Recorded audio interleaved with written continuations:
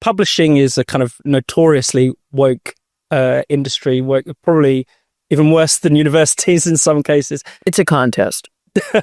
Did you have any difficulties either having the book sold to a publisher or in the editing process? You know, what kind of issues might have come up during that?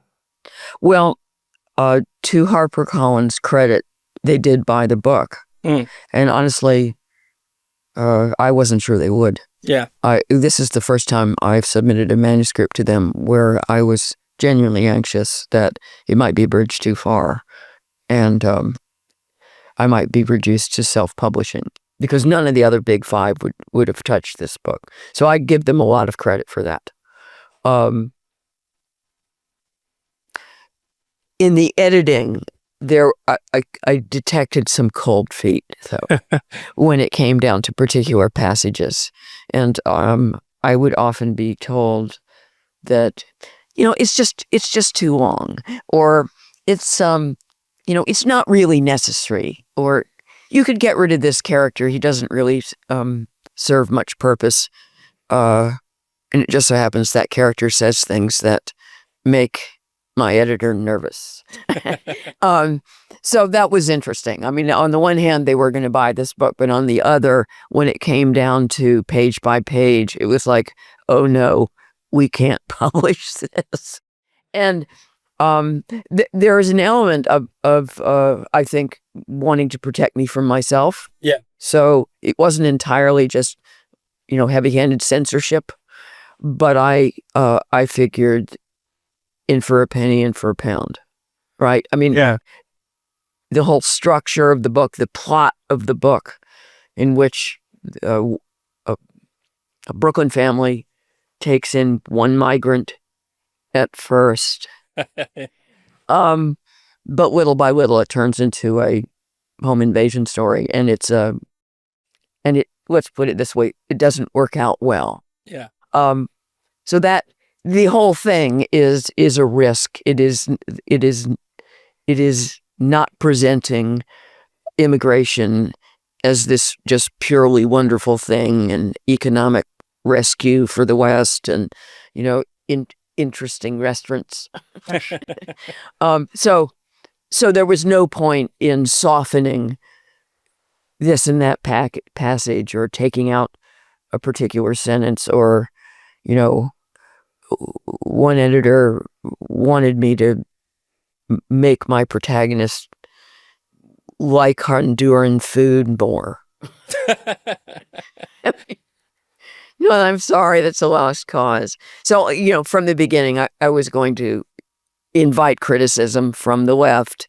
They were never going to like this book. The New York Times hated it. The Atlantic went on for thousands of words about how much this woman hated it. So it really gets under their skin. Yeah. If they were smart, they'd ignore it. But they can't control themselves. Yeah. Right. And I can see why it gets under their skin, because it isn't just, the migrant characters are not the only characters you might not have sympathy with. Some of the American characters or the host populations, they have their own problems. And in particular, there's the kind of, I guess you call her the woke liberal lady whose naivety comes in for a good kicking. I mean, is this as much a criticism of our own societies as it is? Oh, definitely. Yeah. And not just it's not just a woke poke, right? It's not just a send up of the progressive mindset. It's a more serious criticism. The family in question, 3 grown children, the 2 older sisters have not had kids themselves. The youngest, the son, through whose eyes the whole story is viewed, also has no intention of having a family. And as the Honduran immigrant points out, they're just going to disappear. Yeah. Right? Who's going to own their big house? There will be no Bonaventura family. That's it. And that's that is a sincere criticism. Yeah. it's actually self-criticism, because I didn't have kids either. And I mean, at least my younger brother had 4 and therefore had mine for me. It's a kind of surrogacy. But he more than did his part, and I did not do mine. And when I was much younger, it was far more unusual for someone like me to opt to not have a family, but it's become altogether too usual. And this is germane partly because this is the argument on the open borders side is we're not reproducing ourselves. Our fertility rate continues to drop. If we're not going to diminish as a civilization and as a nation, we need to let in more people. I'd contend that argument doesn't quite hold water. Immigrants get old too. We have these family reunification policies, which often entail bringing in parents, which means we don't really improve our age structure. And furthermore, there are other values to defend other than economic growth. And that's where the left is especially uncomfortable, because there's nothing worth preserving about Western civilization, in their view. And I noticed that also that Nico, the character who's the most openly critical of the family's decision to open up their home to these migrants, he has his own problems. He, as you say, he's childless, doesn't even seem interested in looking for love. Yeah, and it's worse than that. I mean, he's only 26, so you can reason that maybe he'll come around in the end on the kids, though there's no sign of that in the book. But he got a degree in engineering, and then just went home and did nothing for 4 years. And by the way, has no plans on doing anything. Celebrates doing nothing. He is relishing what he calls his hovercraft repose, and finds, having embraced a life with absolutely no ambition, greatly restful. Right? So he's hardly a paragon of get up and go. Yeah. And the story is deliberately rigged against him, right? Because he's objecting to the dependency of all these foreigners coming in and expecting to be put up and get 3 meals a day, and that's exactly what he gets, right? He's dependent on his mother.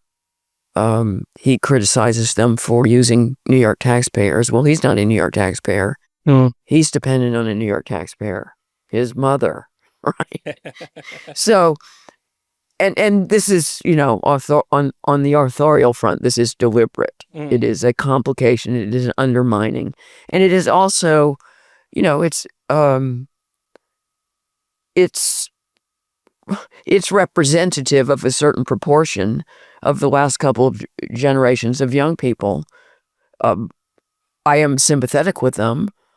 I'm sympathetic with the high house price problem. Yeah. There are now young people are facing, AI and wondering whether what they train for is even going to give them a job in a couple years. AI is already eating into entry-level positions. And I should clarify also that while I was writing the book, I found myself very sympathetic with the protagonist, Nico, more so than I would have expected to be. Yeah. And not only because of the very real difficulties of making a go of your life in your 20s, even if you are ambitious, but even being sympathetic with his not wanting to have anything to do with it. Like, I didn't ask to be here, and I see nothing about being an adult that especially appeals to me. Right? Yeah. So, and there's one exchange that he has with an old friend of his and they haven't seen each other for years. And the friend has gone on and has become quite prosperous, has a serious career going, is planning on getting married, expects to have children. This is, the good young person. and his friend asks, well, why on earth have you stalled out? And Nico says, because I can. Yeah. That's something that's been enabled across the West and indulged. It has been indulged. It would be remiss of me not to ask you about language, if we're talking about novels and literature, because the way that we talk about immigration has changed substantially. And there's even an exchange in the novel about the shortening of the word from immigrant to migrant. But there is also these proliferation of terms from undocumented to or illegal migrants, or we never quite know what words to use. What do you make about the battle over language over this issue? It's the same old with the left. It's this constant cleansing. The left especially dislikes illegal. That's because they are illegal. And this pat aphorism they keep trotting out, no human is illegal. Yes, they are. It's just like, sorry, you're not supposed to be here. Your presence is illegal. So, there have been these relaunderings, the undocumented, which to me kind of similar to that turning homeless to unhoused. It puts the responsibility on another party. It's like someone didn't give them documents. The government is remiss. A bureaucracy has failed to produce the documentation that these people need. And then there's irregular migrant. Yeah. Right? Like, as I point out, like cheap rejects of towels. And I think that the left is all this cleansing. It is in the interest of disguising the difference between the citizen and the immigrant, and especially the illegal immigrant, because the left fundamentally believes in open borders, and won't admit it. But if you follow all their policies, they lead to open borders. Right now, the whole, defund ICE or end ICE, the opposition to any deportation whatsoever, indicates that at the end of the day, you really just don't believe we have the right to keep anybody out, or to kick anybody out. They don't believe in deporting anybody. That's an open border policy.